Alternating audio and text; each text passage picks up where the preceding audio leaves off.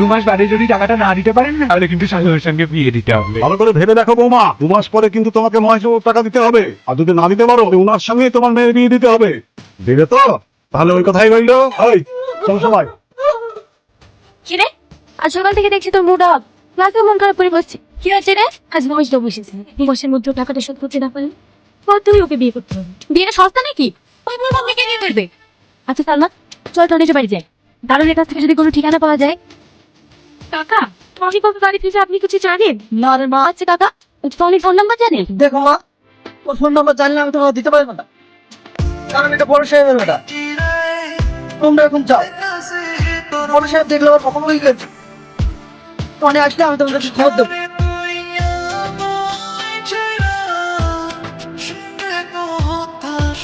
সালমা, সালমা, আমার নাম্বার আমাকে কলকাতা লিখে যেতে।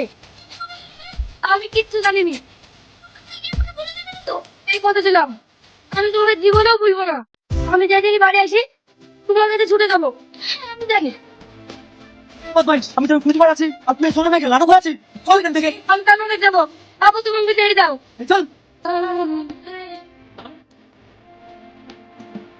আর কতদিন পানি লেগে অপেক্ষা করে থাকবে বলতো? সারা জীবন। ওকে আমি কোনোদিনও বুঝতে পারবো, কোনোদিনও বুঝতে পারবো মৃত্যুর আগ পর্যন্ত। এই পরীক্ষা তো শেষ হয়ে গেল, তো সবাই মিলে আমরা দার্জিলিং ঘুরে আসি। টনি যাবি তো?